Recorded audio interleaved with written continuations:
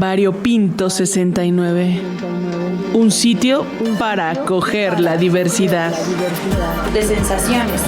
Sexo, mensaje erótico. Pues para mí mi cuerpo no es ningún trofeo. Lo disfruto. Solo he cumplido 3 de mis fantasías. Variopinto 69.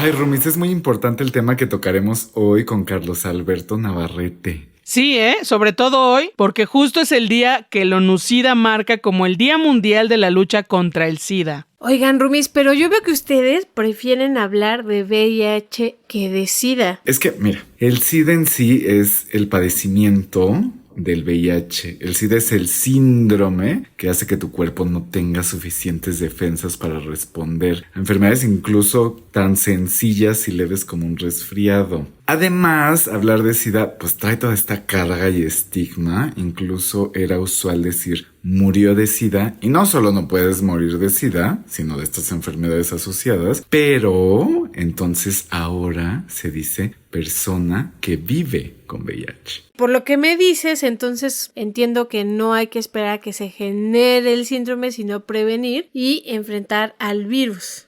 Sí. Oigan, y la publicación que hizo la UNAM recientemente es una maravilla. De hecho, estuve conversando con uno de los coordinadores de la publicación Los efectos sociales del VIH y el SIDA en México durante 4 décadas de pandemia, y así fue que hicimos un señor roperazo, su dúo dinámico favorito, Geralex. Qué chido, ponlo ya, Rumi. Ojalá de tiempo antes de la charla, porque así recibo iluminación y puedo hacer mejores preguntas. Ay, no, bueno, Alex, aquí tienes a la fan número 1 del roperazo. Y sí hay tiempo, ponlo. Pero a cambio, la Brilita, tú te vas a encargar de traer y poner la botanita. También unos bebibles y todo para después de nuestra noche de activismo, claramente. Hecho, pues yo puedo ir ya trayendo algo para ponernos acá. No, el tema es muy importante y serio. No vamos a andar de fiesta a media charla, por favor. Tampoco vamos aquí a agarrar la jarra, no inventes, la Cris.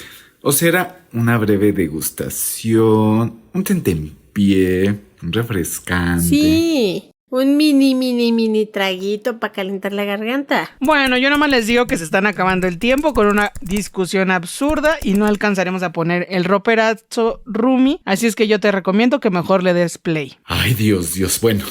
Miren, vamos con la plática que tuvimos con Juan Carlos Mendoza, uno de los 3 coordinadores de los efectos sociales del VIH y el SIDA en México, 4 décadas de pandemia, publicado por la UNAM.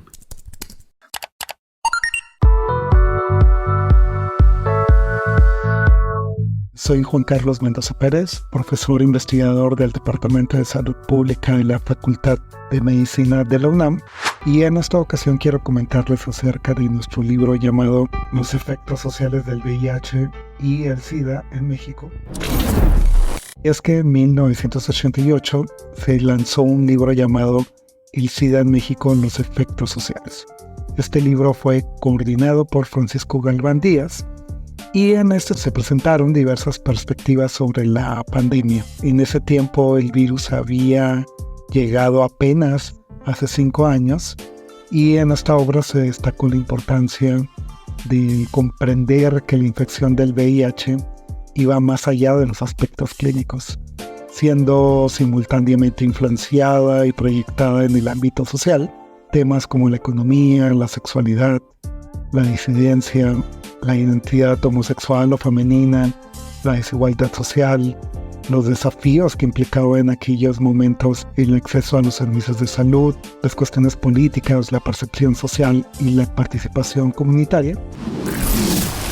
Pero ahora bien, en la actualidad se presenta al público como un esfuerzo de un grupo diverso de aproximadamente 30 personas, y compuestos por especialistas en distintos campos, pero también de personas del activismo. Fue coordinado tanto por Miguel García Murcia, Héctor Salinas y su servidor, y las casas editoriales que lo presentaron fueron Historiadores de las Ciencias y las Humanidades AC, así como la Facultad de Medicina de la UNAM. Nuestra obra está compuesta por 23 3 capítulos. Nuestro proyecto busca realizar un balance sobre cómo la presencia del VIH y el SIDA ha influido en la transformación de la sociedad mexicana en estas 4 décadas. Además, examinamos cómo la movilización social ha impactado la evolución de la pandemia.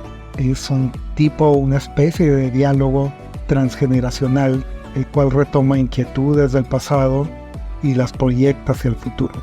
También se busca documentar las condiciones actuales que dan forma a nuestra percepción de la pandemia, qué pensamos, qué sabemos y cómo vemos la pandemia del VIH en la actualidad. Sobre todo, entenderla así como hicimos o intentamos entender la pandemia de la COVID-19 como una prioridad global.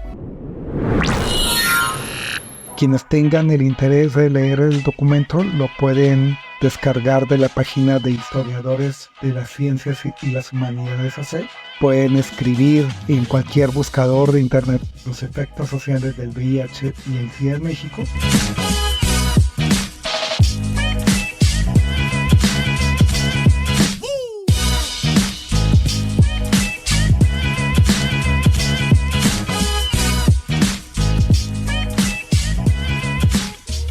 Ay, sí, este megalibrote trae varios textos que abordan el VIH y en su momento el SIDA, y Juan Carlos es uno de los coordinadores, que por cierto lo pueden comprar en físico o por ahí anda rolando una versión en digital, me contó un pajarito.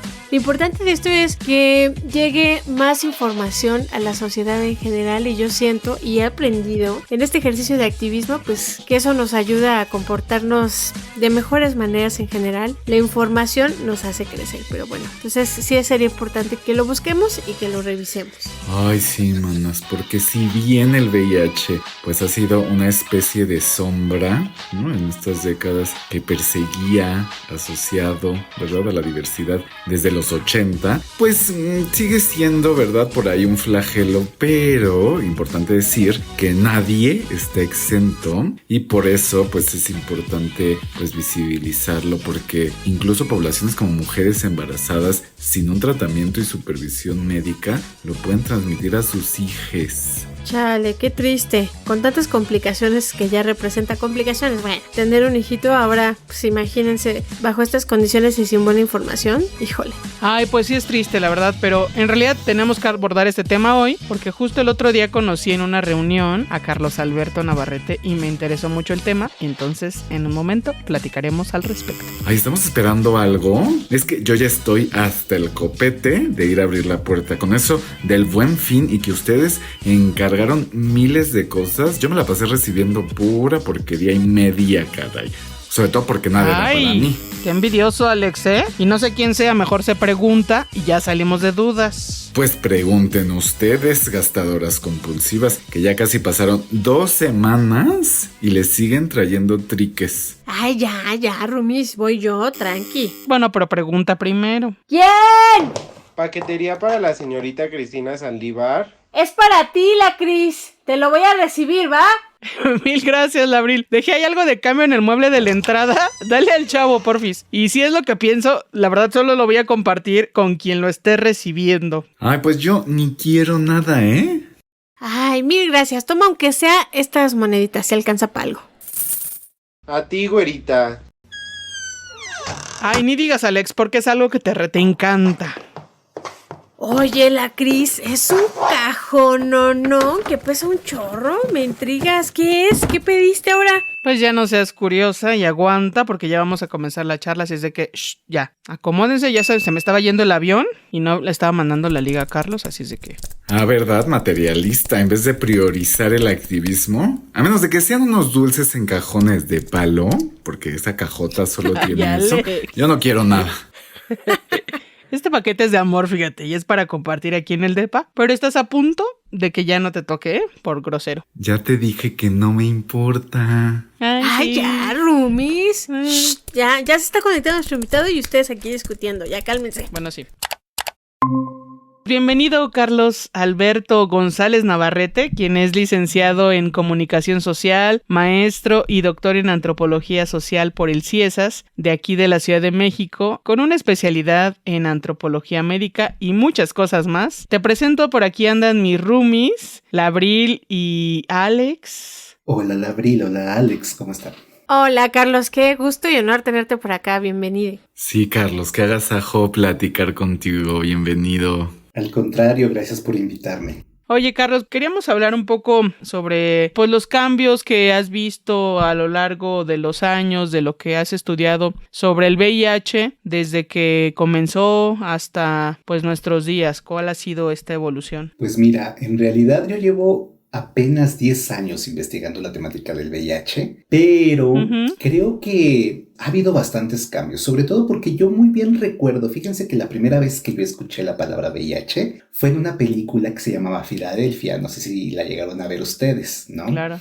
Que la protagonizaba Tom Hanks, que era precisamente un hombre homosexual que había adquirido lo que era el VIH. Y para mí se me quedó marcadísima esa película, sobre todo porque había una asociación directa entre ser homosexual y VIH. En ese momento lo mencionaban como SIDA. Entonces, para mí me generó un gran efecto. Yo inmediatamente hice una asociación a ser homosexual es igual a tener SIDA. Y yo creo que es mucho con lo que crecimos muchos jóvenes que pertenecemos a la diversidad sexual. Tuvimos ese miedo al SIDA que se estableció durante muchos años, sobre todo en la década de los 80 cuando empezó la pandemia y los 90, escuchábamos la palabra SIDA, ¿no? Y la asociación inmediatamente que había sobre la homosexualidad. Todo hombre homosexual le daba SIDA. Entonces, en realidad era un temor. Cuando yo pregunto a muchos amigos respecto a lo que sabían del SIDA, inmediatamente lo asociaban a muerte. Uno crece con esa idea y me empiezo a dar cuenta cuando yo empiezo a investigar la temática del VIH que esas cargas sociales estigmáticas que se generaron desde que la pandemia inició del VIH pues seguían permeando dentro de la población, dentro del imaginario social. Toda la gente asociaba al SIDA con muerte. Y las palabras despectivas que había respecto a, ¿no?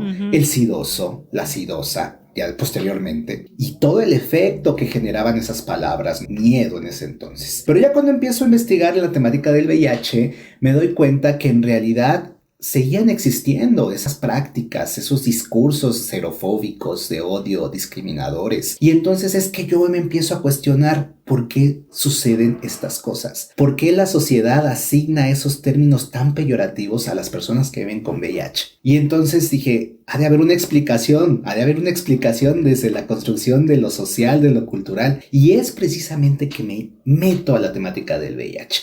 En un principio yo investigué la temática del VIH con hombres y mujeres migrantes. Quería saber esas diferencias que había entre las personas que vivían con VIH por el hecho de ser mujer, porque yo sabía que las enfermedades se viven de diferente forma por el hecho de ser hombre al hecho de ser mujeres. Y obviamente cuando se empieza a ver una feminización del VIH, porque desafortunadamente las prácticas sexuales de hombres que tenían sexo con otros hombres que estaban casados, pues tenían como consecuencia que se infectaran de VIH y por eso también llevaban el VIH a sus cónyuges, a sus parejas mujeres, es que me empiezo a dar cuenta de que era necesario indagar en qué está sucediendo tanto con las mujeres, cómo son percibidas socialmente, cómo viven el propio proceso del VIH y qué sucede con estos varones que se asumen socialmente como heterosexuales, pero que sin embargo tienen esas prácticas sexuales con otros hombres de manera oculta y que obviamente tienen un ejercicio de su sexualidad nada responsable. La utilización del condón para muchos varones es ir en contra de la masculinidad, de lo de ser macho.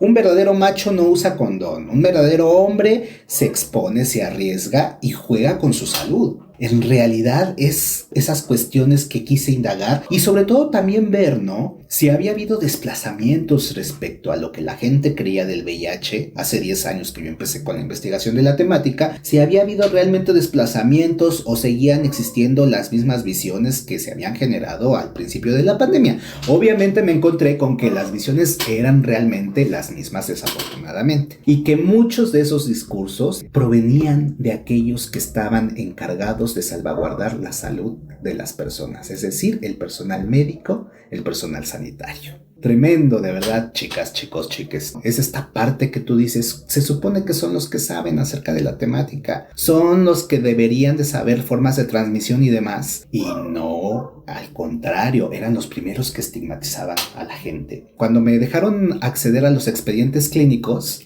ver las notas médicas que escribían los médicos en donde decían paciente maricón que tuvo relaciones sexuales, paciente de sexo homosexual, háganme el favor. Todas estas cargas, estas visiones estigmatizadoras, pues estaban ahí establecidas. Y entonces pues me empiezo a dar cuenta de que en realidad opera la misma dinámica, que los discursos xenofóbicos asociados a la homofobia en la mayoría de los casos, pues estaban ahí presentes. Y es bien interesante ver cómo opera, y fue bien interesante porque cuando un hombre se asumía como heterosexual, por ejemplo, no se le asignaban las mismas cargas de estigma y discriminación. En las investigaciones que he realizado, si el hombre se asumía como homosexual, sí estaba ahí el proceso de estigma, culpabilizar por sus prácticas antinaturales, castigo divino, pero si el varón se asumía como heterosexual o se asume como heterosexual, se cuestiona y se culpabiliza a otras personas. Entonces muchos médicos dicen, ¿ves? Eso te pasa por meterte con putas. ¿Con quién te andas metiendo, hijo? O sea, no es la responsabilidad de ellos, sino hay alguien de por medio, en este caso una mujer de dudosa reputación, con la cual se metió y pues ella lo infectó a él. Ver cómo opera todo este aparato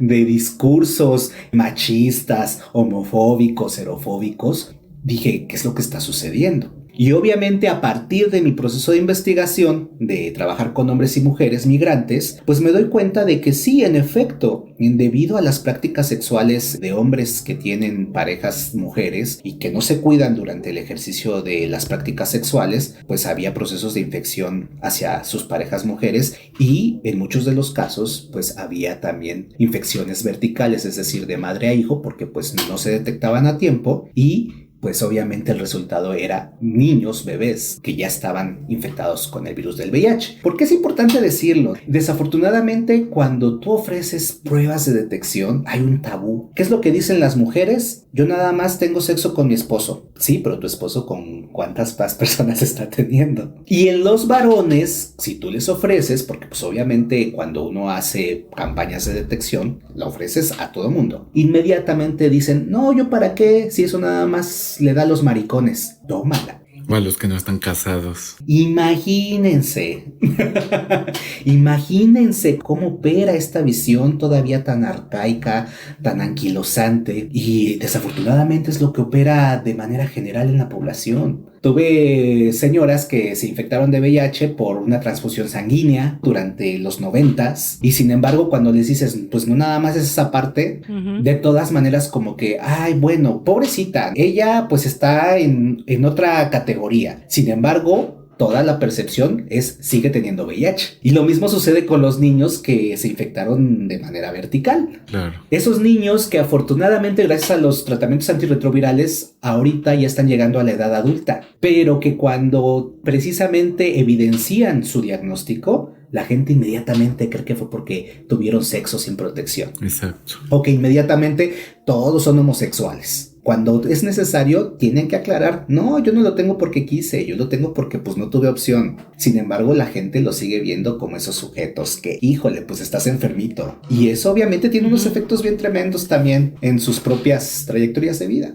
Carlos, pues mira, nos dejas con la boca abierta, pero entre todo lo que bien nos comentas, me surge, ¿crees que esta etiqueta, esta asociación VIH, diversidad sexual, ha cambiado o continúa ahí o ya se fue? Desafortunadamente no ha cambiado, al menos en nuestro país. Hay que hacer aquí precisiones también claras, ¿no? Por ejemplo, si nos salimos de México y vamos a países del África subsahariana, el índice de VIH es mayor en mujeres, por ejemplo, y en población heterosexual. Entonces ahí sí ha ido modificándose la percepción social y cultural que hay respecto a la infección por VIH. Pero desafortunadamente en nuestro país, como sigue siendo la mayor población afectada, los varones, ya sea que se identifiquen como homosexuales o varones que tienen sexo con otros hombres, todavía sigue permeando la idea de que inmediatamente si un varón tiene VIH, se le asigna la categoría homosexual. Sigue siendo una afección que va asociada y la gente sigue creyendo que únicamente le da a los varones homosexuales. Y esto pues obviamente tiene efectos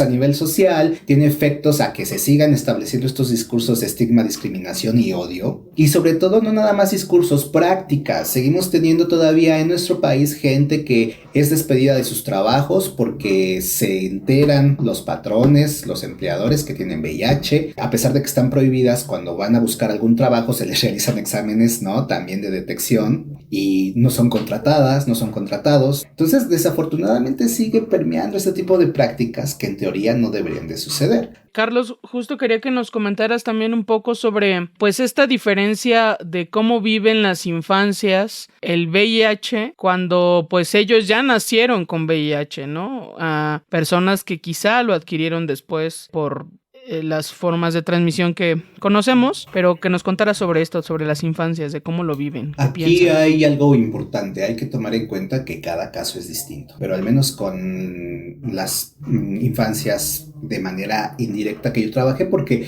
trabajar con niños requiere de unas metodologías bien distintas, requiere también de permisos especiales, porque pues al final de cuentas son niños. No hay que dejar nuestra mirada adultocéntrica de que los niños no son capaces de construir sus realidades y de entender muchas de sus realidades. Esa es una visión bien adultocentrista. Sin embargo, aunque yo no trabajé directamente con infancia, sino ya con jóvenes de 14 a 22 años en su momento, sí estaba en contacto. Me fui al término de que las infancias se acaban a los 18 años. Igual yo soy muy ingenua, no, discúlpame. Eso depende también, desde luego, del autor, ¿no? De cómo lo manejen, ¿no? Por ejemplo, hay quienes dicen que la infancia se termina a los 11 y a partir de los 12 es la pubertad y ya es otra etapa de vida. Hay quienes no a los dicen 33. que las infancias... No a los 33.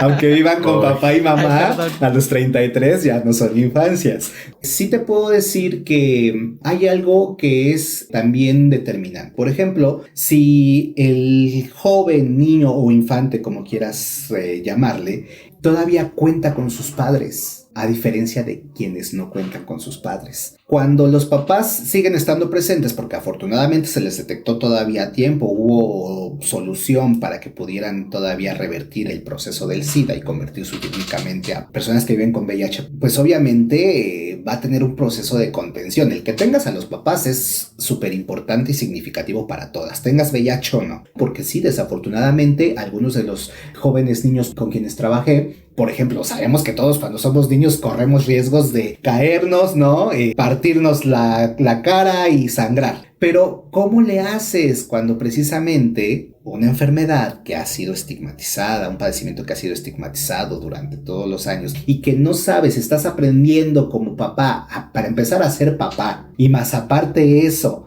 lidiar con que mi hijo tenga un padecimiento que es altamente estigmatizado y que por eso me lo vayan a discriminar? Muchas veces se tiene que ocultar el diagnóstico de los hijos y de las hijas, porque pues no quiero que mi hijo o hija vaya a sufrir procesos de estigma y discriminación en las primarias. Pero pues los niños juegan, los niños siguen siendo niños. Y es entonces hasta que en algunos de los casos con quienes yo trabajé se presentaba algún accidente o algo que precisamente implicara un proceso de sangrar, que entonces se tomaban acciones específicas. Y entonces era donde venían los procesos de discriminación. Ya no lo podemos tener en esta escuela. Y sobre todo también es entendible. La mayoría de los padres lo que quiere es proteger a sus hijos. La mayoría de los padres creen que los niños no son capaces de poder entender sus padecimientos. No se les dice desde que son pequeños que viven con VIH. Muchos de ellos se enteran que tienen VIH ya hasta que llegan a la adolescencia. ¿Por qué? Porque precisamente ahí intervienen otros procesos, ¿no? Como el ejercicio de la sexualidad,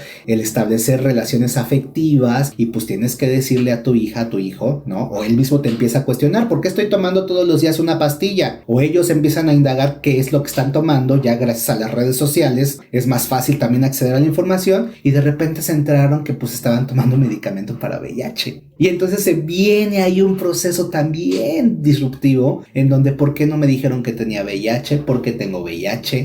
Los jóvenes empiezan a generar sus propios procesos de resistencia hacia los padres, hacia la sociedad.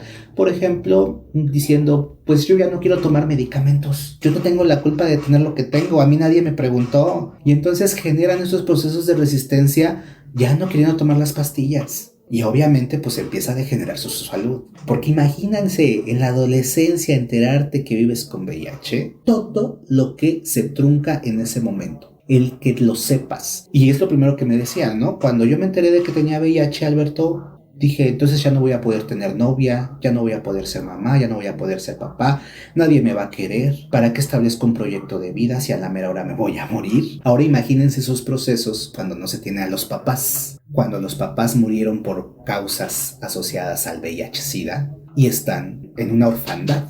No tienes quien te contenga. Ay, Carlos, sin duda tienes que volver. Creo que se quedan un montón de cosas en el tintero. Pero por hoy, lamentablemente, hasta acá le vamos a dejar. No sin antes pedirte que nos compartas tus redes sociales para que las personas que están al pendiente de este activismo te sigan. Carlos Alberto Navarrete en Facebook. No utilizo Twitter porque como que no me gusta, de verdad. Porque ahora es X. Ahora es X, ¿no? Ya es X. Pero nunca me ha gustado Twitter, nunca me ha gustado X. Me gusta más la comunicación directa. Buenísimo, Carlos. Gracias por estar aquí en el departamento de Variopinto. Y como bien dijo Alex, espero que sea por lo que sabe, ¿verdad? Porque luego también es un coqueto, ya lo conozco. Pero que nos visites de nuevo. Ya nos exhibiste. Ay, perdón. Déjalo, tiene oportunidad de ser todo lo coqueto que él quiera. ¿Verdad? Por supuesto que esperemos que pronto regreses por acá. Y pues mientras te mandamos un abrazote. Muchas gracias. Gracias, Carlos, por tanta información. No, de que al contrario. Gracias por invitarme y espero que tengan un excelente día y sigan haciendo la labor que hacen. Abrazo. Gracias, Carlos. Cuídate mucho.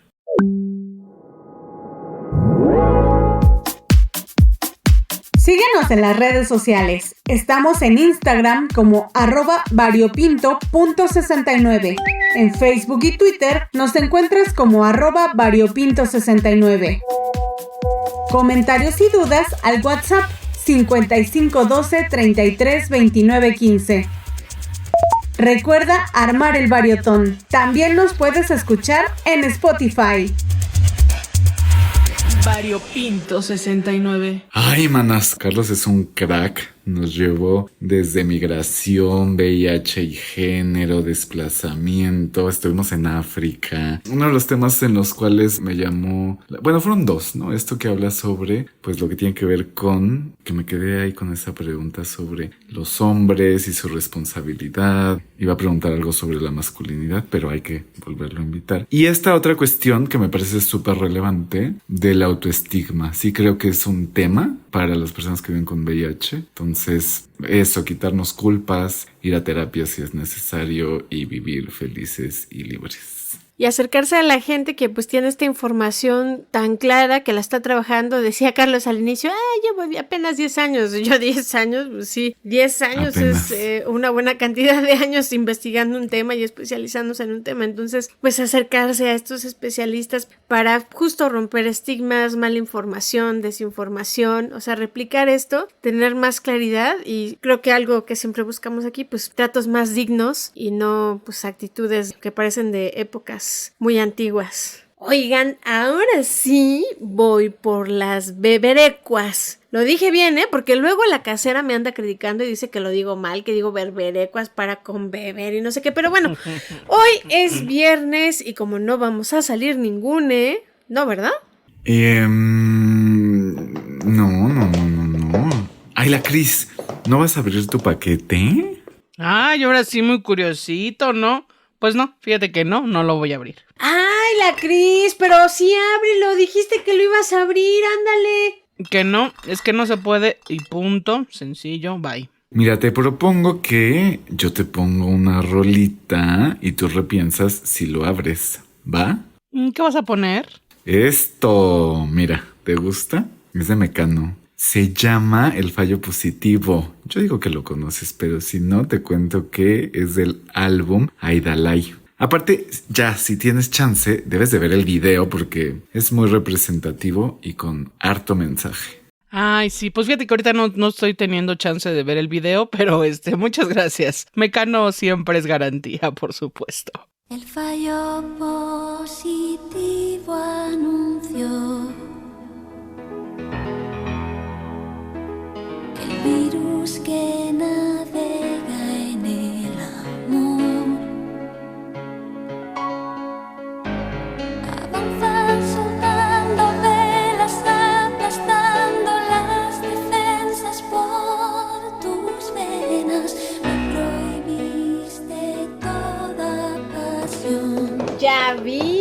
Ay, servides, mis roomies consentides. Ay, pues si no tienes otros, obvio, somos los consentidos por eso. Bueno, pues sí, de los que he tenido, pues. Entonces, ¿qué, la Cris? ¿Abrirás o no el paquete que te llegó? Que no.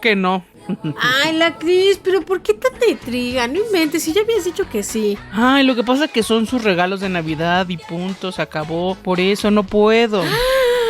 ¡Qué emoción! O sea, ¿son los de todos? Eso apenas sería el mío. Ay, sí, inventada. Y así, yo ni he hecho mi cartita todavía, dice. Exacto, ¿y cómo sabes que me vas a dar si ni siquiera he terminado mi cartita? Porque yo ya vi que ya no tenías calzón bueno. Solo tenías ahí unas tiritas y dije, ay, le hace falta calzón. Deja de ver mi lencería, por favor. Hicimos este programa con harto gusto. El sexólogo Víctor Castellanos. La nueva roomie, la Abril Dávila. La picabotones, Almita Cuadros. Los ingenieros bulleristas jalándose los cables, como siempre. Y su servilleta, Mónica Salcedo, también conocida como la Cris. Ash. ¡Voy! ¿Puedo pasar? Y la casera, Lourdes Mugenbusch. Ah, y música original de Nasdaq Jones.